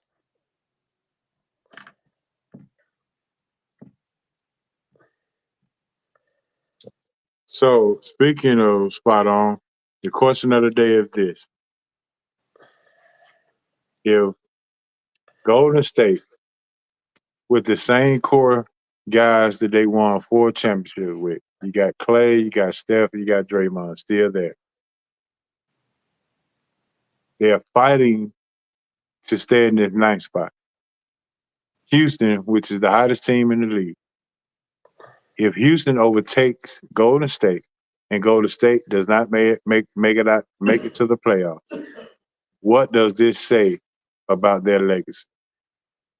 Well, it doesn't say nothing about their legacy. Is like, what does this say about Draymond Green? I think he lasted 5 minutes tonight before he was ejected again with 2 technicals.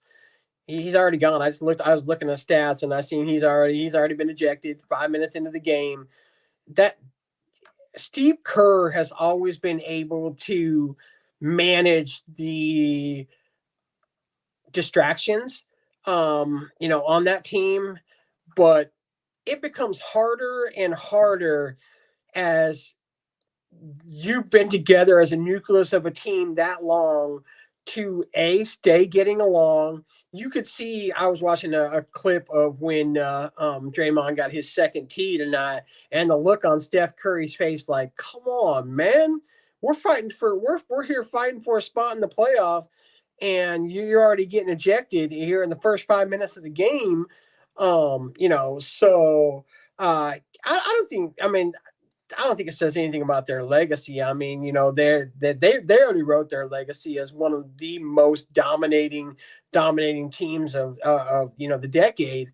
And their ability to manage egos, manage minutes, manage shooting, manage everything. And that's what that had a lot to do with Steve Kerr.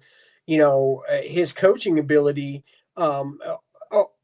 just as much as they had to do with, the big three there. So, but they've always had a real good supporting cast too. We always talk about the big three, but they were able to get KG for those years, that they needed help on the injury front. KG was able to help them as well. But it's really, really hard for that many superstars to play together and have them be as good as they are for a lengthy amount of time. So yeah, they've always had a good bench. And so it's more than just the starting three on that team, but every good legacy team, that team has to end at some point. I mean, we saw it back in the 80s with the Pistons, where the Bulls finally were able to overtake them. We saw the Bulls finally start to go down. The Lakers before that. Every dynasty team eventually age gets to you, and those three are getting up there now. It's not the young nucleus of a squad that used to be, and bigger and better are coming through the NBA now, to where there's a chance they aren't the elite of the elite in the West anymore. You're starting to see a lot of new teams getting up there. Is it over for Golden State, or do they need to not make the playoffs for us to understand it is over? Well, their problem is that they just, when you win like that, you're unable to draft, and so they haven't drafted, considerably well. Guys that were can't miss for them are missing, but that's hard to be a young guy playing on that team, because you aren't going to get the minutes. I mean, the minutes are there. They're already established by your top guys that are on that squad. And so that's what really hurts them. When you got a team like that's what it is over time, you aren't replacing those guys anymore. And you're starting to see that with them. You're eventually going to see that with the Lakers too. I mean, LeBron ain't getting no younger, and I think that's why, when LeBron's not on the court, why you see them playing so well, is because it gives a younger nucleus of a team to get the ball up and moving, to where it plays to the strength of Anthony Davis, more towards playing to the strengths of LeBron. All right, I had another one. Bear with me. Are you more concerned about the Clippers or Boston going into the playoffs? Well, I'll be honest with you. I'm always concerned about the Clippers going in the playoffs. I mean, history shows, the Clippers have a tough time when it comes to being a higher seed and then winning. You have that into the fact, and then you also have the fact that James Harden and Russell Westbrook play on that team together. Let's count how many championships those two have. What's that number? I think I got it. It is 0. 0 is the number. Yeah. That team together, between Harden, Kawhi, Paul George, Russell Westbrook, they should be running roughshod over the entire West, and they're a number 4 seed. I think right at where they're at right now, a number 4 seed, and Harden and Russell Westbrook will disappear in the playoffs like they do every single time. Those two cannot play together. I don't know why that they think running it back in LA is going to be the answer for the two of them. I'll tell you how many championships they're going to have after this year. Still going to be 0. So Boston, I'm not concerned about it. Yeah, they choked this game off. They'll be, if not in the Eastern Conference Finals, they'll definitely be, a team to beat. They're so well rounded. I really like them. So yeah, I don't know. I mean, again, the Clippers have never shown me to be a team to ever be feared in the playoffs, and I don't see that changing whatsoever, in the future, especially with this squad of guys that can't win together to begin with.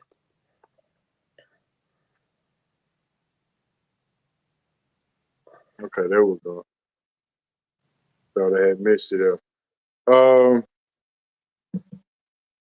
any concerns about Philly going into the playoffs? Embiid being hurt so long and now coming back, could he disrupt the chemistry or could he help? Well, he's definitely going to help. I mean, you can't not piece in one of the best players in the league and not have it help your team. But the problem is how rusty is he going to be? You know, they're clearly the focus in the playoffs of the team that plays Philly is going to be, you know, D'ing up on him because his game speed isn't going to be there. You know, it's one thing to play, you know, play in recovery and play scrimmages, but game speed is a whole different type of level, especially in the NBA. He's going to be rusty. He's going to be, you know, have to be subbed in more than he normally would if he was, you know, if he had seen a lot of game action before the playoffs. You know, the problem with Philly is they rely so much on him that, you know, I can't see them this year with him being hurt as long as he has making any kind of noise in the playoffs. They tread water really, really good while he was gone, but again, for them to be next level and be up there with a team like Boston, you know, he has to be next level. And I just think he's going to be too rusty going in without having played, you know, meaningful games in so long that they're, you know, you start double teaming him and you know you're going to have to rely on the rest of Philly to get you enough points to win those games. And I just don't think that this year is it for them. They're close though. I mean, I think they're you know if they can keep him healthy for a full season, that they are close. I think the biggest thing for them was getting rid of James Harden. So I think that puts them closer to winning a championship. So I mean, I just you know nothing kills a team worse than James Harden. So I don't know what it is about him. I don't know if it's just his mentality of the game or what, but he ain't won nowhere, and he's had a lot of good teams around him. Do you see the Lakers making a run at the age of 40 for LeBron? Yeah, I mean, I do because you see what they can do without him. I mean, they're dangerous at any point in given time. Um, LeBron controls that though. I mean, you know, that's the problem. You know, LeBron controls how the pace of that game's going to go, how the flow of the ball is going to go. And that's unfortunate at his age that he's not willing to take the back seat and be a role playing piece on that team, which is what they really kind of need from him. I mean, you see how dangerous they are. You see how dangerous Anthony Davis is when he's the primary guy down low and dominating the game like he did. I mean, that last game, boy, he was as dominant as I've seen in a long time from him. I would say New Orleans dominant, you know. And maybe LeBron, you know, sees that and realizes what they got to do. But them, you know, they're always dangerous. I mean, they're never a team I want to play in the playoffs. So because all it does is those two working together, those two staying healthy, Anthony Davis staying minutes on the court. There's no reason that they can't win. They've got a really really good you know pieces around them you know to go far in the playoffs. So yeah, I wouldn't put it past them to make a run. You saw what they did when they won the play-in tournament this year. I mean, that was how well they played as a team there, and then they kind of went on a little bit. Injuries did kind of get to them a little bit and stuff like that. But I mean, we saw them win the play-in tournament, so we know that when it comes to big games, LeBron still is LeBron when it comes to them big game moments. So you never have to, you know, you can never discount that big game LeBron will come back at any point. And I think, you know, now that he's older, you know, I think he's desperate to get that, you know, maybe one more title within him and you know, and then focus on, you know, trying to get a year in with his boy before, you know, before he hangs it up. So yeah, you know, I said you can never discount the Lakers. Okay. What about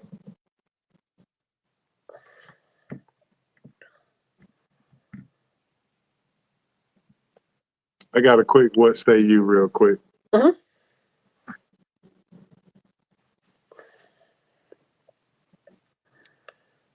If Pete Rose, Barry Bonds, Mark McGwire, Roger Clemens was all in the Hall of Fame, how would baseball be looked at then if those guys was already in the Hall of Fame? Well, I've been to the Hall of Fame, so and I think how the Hall of Fame displays it, you it was an era of baseball. You can't take and say that that era of baseball never happened. But when I went to the Hall of Fame, you walk through the Hall of Fame, and just to the section to the right was a whole thing on the steroid era, and their Hall of Fame recognizes that, unfortunately, whether you want to say it wasn't or not, steroids was an era in baseball. So, how are you to say when you encouraged the bigger numbers?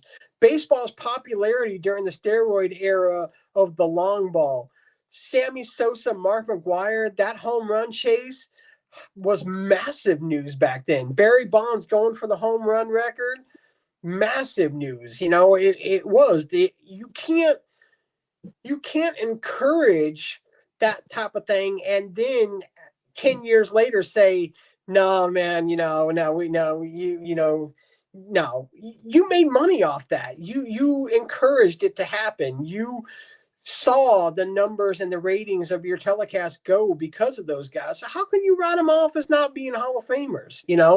Again, I honestly don't think Mark McGwire is a Hall of Famer. I put him in the same category as Sammy Sosa. Roger Clemens, to me, should easily be in the Hall of Fame. Barry Bonds should easily be in the Hall of Fame. Pete Rose, obviously, we talked about that. I mean, no brainer, should be in the Hall of Fame. But you go as far back, you want to talk about betting, of Shoeless Joe Jackson.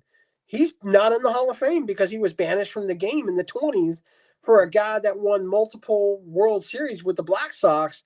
So that's it's always been, you can't pick and choose your taboo things and then hitch a ride on that, and then but not hitch a ride on it when it's happening, hitch a ride on it years later, and then act like you didn't profit off that type of thing. And that's what MLB's problem is that they're willing to profit off it in the heat of the moment, but then disown it when it's not a cash cow for them anymore. Right. And we're going to see that with this. They're sweeping it under the table now because their biggest sponsors are DraftKings and FanDuel. Of course, they're going to sweep it under the table. That the money, advertising money from them, single-handedly is in the millions, multi-millions. So you're encouraging people to go bet with two of the biggest betting sites on there. You can't backtrack it right now, but 10 years from now, when they don't need those guys anymore, then all of a sudden it's going to be, oh man, betting's bad. Yeah, no, don't bet no more, because the cash cow will be gone. All right, Bob. It's gonna do it, bro. Look like it's getting that close to that time. So, hey, I got a quick question for you before we go. All right. I know last week we kind of did our NCAA tournament of things. Man, I watched two movies this week that are two of my favorites. I wanted to ask you because I believe this would be like a number 9-8 seed in the tournament. Which was the better movie, The Temptations or The Five Heartbeats? Wow, that's a good one. Ooh, that's a good one. Bob, that is a good one. I said that's your number 9-8 right there. I was like, man, I gotta ask HO because and I forgot to bring it back this week, but I'll definitely have it back next week when it's Final Four time. So, I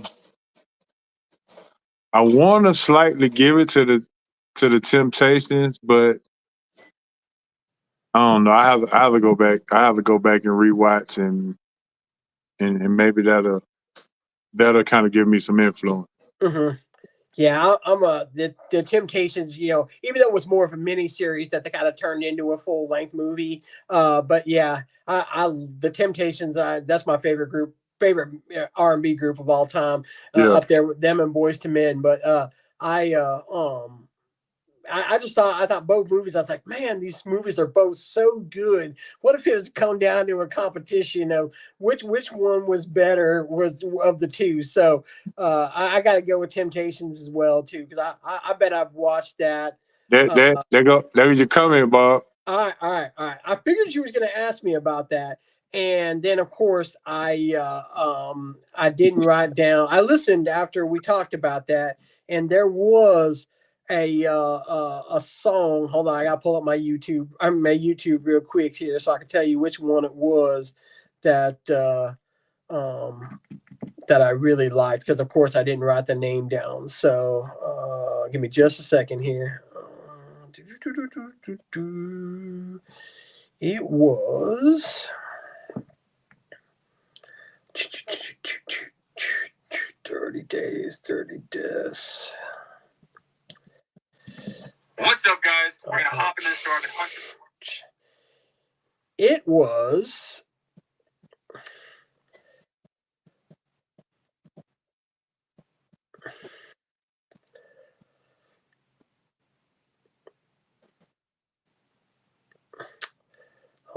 The Formula. That's the one that Oh, okay. Yeah, I like Formula. that. I was like, I gotta find it down there, but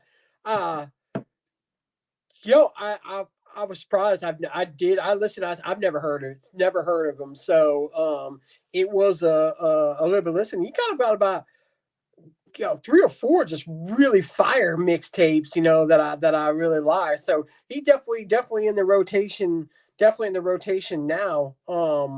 But yeah, I always like new stuff that I ain't never heard. So That's the one to be like, don't. uh-huh. Yeah. Yeah, uh-huh. Yeah, I'm so set in my ways for old school hip hop and rap that, I hardly ever open my ears to new stuff. So but yeah, I did enjoy it. Like I said, it's on the playlist now. So but yeah, I agree. Yeah, that was definitely a good recommendation.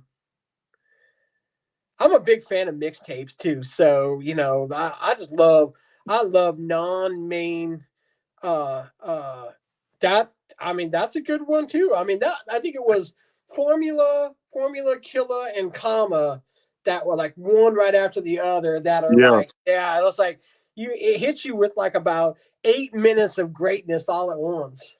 Yeah. So I didn't disappoint just like the Big Easy, right? No. It, like I said, if it gets added in the rotation, like I said, I'm a big fan of mixtape. If you can impress me with 2.5 minutes worth, I mean, I know you worth a listen. So they don't make the mixtapes like they did back then either, man. That's how you found a new rap artist back in the day was Yeah. someone would drop a fire mixtape on Napster. You download that thing for free, and then all of a sudden it was like, man, how come we ain't never heard of Yeah. this guy before? Hey, so I'm gonna do a Final Four series next week, and I'm gonna go ahead and give you one out of the bag. The most inspirational sports movie, Rocky or Rudy? Give you a chance to go and watch it this week. Well, Rocky. I mean, I've seen them both, so but I mean, what's the? I mean, those are two. I mean, two heavy hitters. But I mean, what's the one where Oh man, it's a football movie where it's like the saddest football movie ever, and I'm spacing on the name of it. Where it's like Brian's song. yeah, that's it, Brian's song. Yeah, I mean, come on. I mean, we're talking inspirational football movies. I mean, yeah. The other one is We Are Marshall. Yeah. We Are Marshall is pretty dang inspirational too. But I for me, Rocky is. I mean, it's one of my favorite sport movies of all time. So, and my disdain for Notre Dame football doesn't help either. So, I feel you. All right, Bob, let's get ready to get out of here, man. You want to give any shout? Oh, first of all, go ahead and tell me the chapter. I mean, the page in that book, and go ahead and read it to our listeners and let them know what. First of all, get the book, y'all. Good reading. I picked it up on the day of release, not only because I knew it would be a good book, but I'll always support my guys. So, there's I mean, a lot. What was what I tell you was It says 16. 16. That's it. Success is risking everything you believe in for a dream that no one else can see besides you. So that's in the top 3 of, but there's so many more. I mean, Now, why did that one hit you? So why did that touch your soul? So, well, I mean, for me, it's because we've kind of talked a little bit about it here, but this is my dream. This is growing up. This is what I want to do. I mean, my when I'm growing up, I wanted to be a sports announcer. Forever. It's just what I wanted to do. I got into radio in Seattle as an intern, when I was 16 to 18, and then life got in the way and I did something else. And then, when I came here and I was fortunate enough for Phil and Eddie to bring me onto their squad and let me get my feet wet into the Atlanta sports market, which led to an introduction to you and, the friendships I've made doing this and, and being able to help you guys out when I can, and to kind of fill in like this, this is what I like to do. The barbershop questioning of sports, this type of thing is what I love the most because and like you said, not a lot of people. I was pegged in as a Braves guy for so long, and even when I got into, that's how I started with Phil and Eddie. Was I was the Braves guy, so. But that's just one facet of sports that I love to watch. I mean, the Braves are my love, but I love watching each and every sport. And so to find like-minded individuals that love to talk other sports. So, and then understanding, when you talk sports with people that understand frustrations of your teams and, and stuff like that, it's a lengthier Twitter post. That's what I call sports radio and sports talk. It's lengthier. It allows me to frustrate in more than 30 characters. there you go. Yeah, so Dez just bought the book a couple of weeks ago as well. So he was saying, yes, indeed, it's a good read, I'm pretty sure. And I'm gonna have to get with Dez and see which quote touched his soul. Well, here's the thing with the number, like I've never read it. I've never read it from start to beginning. I read one every night and that tells you how well you did in the book, that you don't just got to fly through to page 19, page 20 to find a quote. You open up page 1, you open up page 2, whatever quote is on there, you can relate to it somehow in your life and current situations, old situations. I'm going through, my pops he's got cancer right now, so I'm a very positive person. I've always been a very positive person, so inspirations like that when on days that I'm not feeling so positive, or it's great to have that as a guide, to roll over. It sits right in my bedside cabinet there, and like I said, every morning I get up and I read just one page, so, and make it work from there. All right, let me give you a couple of standouts for me. Mm-hmm. And I often read it, but it just hits different when you actually read it out loud. Page 18, 19, 36, 38, 52. Yeah, 18 is a good one. I like it as well, because closed-minded people have no purpose in serve no purpose in my life. So again, I choose to align myself with open-minded individuals. I mean, you can't help that someone likes Duke, so you got to keep an open mind about it. Right. There you go. I mean, you're still my boy, so it's I can't help who you like, so you have to be open-minded about that. So, But the thing is when I tell you why, yeah, you have a better understanding. it's when you have disagreements with someone, it's because you closed your mind to anybody else's opinion or or their thoughts, and you Yeah. don't take those into account. And that's why I don't have many disagreements with people, because I've always had an open mind. I mean, there's times where we all feel that our version is the right version, but if you close your mind to your version being the only version, that's where you're going to have a miserable life. I mean, and unfortunately, in the world today, as sad as it is, there's becoming a lot more closed-minded people than there are becoming open-minded people. And I think that's where we're kind of seeing a downfall with friendships and, relationships and loving the neighbor and, stuff like that, is that, unfortunately the world is becoming more closed-minded. And,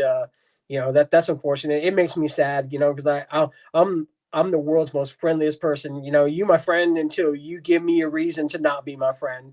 That's how I've always been in life. Is that again, you serve a purpose to me until you give me a reason to not have you serve a purpose to me in my life. So, and fortunately, I've seen that over the years. You really see that a lot when you move across country and stuff like that. You find out who your friends really are. Who's there for you, what allows you to make more friends. I mean, that's been the greatest part about moving this way, is that the friendships I've made out here, and have enriched my life. I mean, it is, again, you just stay, that's a good one. 18 is definitely one of my favorites as well. So it would probably be a close second to me. All right. Well, Bob, we're gonna end this thing, man, and I so appreciate you taking the time. Any other shout outs you want to give out other than the book or in Gonzaga? No, I'm going to shout out, well, unfortunately a rain out, but it's opening day coming up. I mean, I know I like to talk about other sports, but still, this is my main team to talk about. So Yeah, when they starting Friday, right? yeah, they're gonna start Friday because they've already rained out tomorrow. So they'll start on Friday. I'm really excited for this team, especially with the Dodgers being in the drama that they got right now. That's not going to help that team at all. I sent if you guys don't know or aren't on Twitter, find Acuna did a Players Tribune piece today. Yeah, you sent it Find to it, me. read it. It is a phenomenal read, and into the life of why I love Ronald Acuna and why you should love Ronald Acuna being the man on this team, and realizing the growth in his life to wanting to be the guy here in Atlanta. And I think it shows to me that he wants to be a Brave for life. And that's exciting, knowing that he's probably going to get a good payday if he wanted to at his age 28 year. But this kind of makes me feel like he's okay with what he signed, and he's not afraid to do it again for staying a Brave for life. So check it out on the Players Tribune. In fact, what I'll do is I'll retweet it, and if you check at Bowling Bob on Twitter, X, whatever it's called these days, yeah, just look for it on my Twitter account. I'll retweet it here as soon as we get done here. Read it. Good read. There you go. All right, Bob. Well, next week, if Hancock back, I still want you to come back on because I got some over/under stats that I want to run by you for the Braves. You just let me know, brother. Yeah. Good deal, man. And for all the attenders, we appreciate it. Shout out to everybody who tuned in and listened. Anybody new who's listening, please make sure you go to YouTube, like the page, like the channel, subscribe to the channel, and that's at SRT Sports Talk Radio 2705. And we really appreciate it. We're going to holler at y'all next week. And you know how we're doing it. We're going to shut this thing out like R.I.P. Moms, R.I.P. BC, and R.I.P. Pops. For Hancock, Bob, and everybody else who listens to Sports Roundtable, we'll holler at y'all next week. And we out. Peace.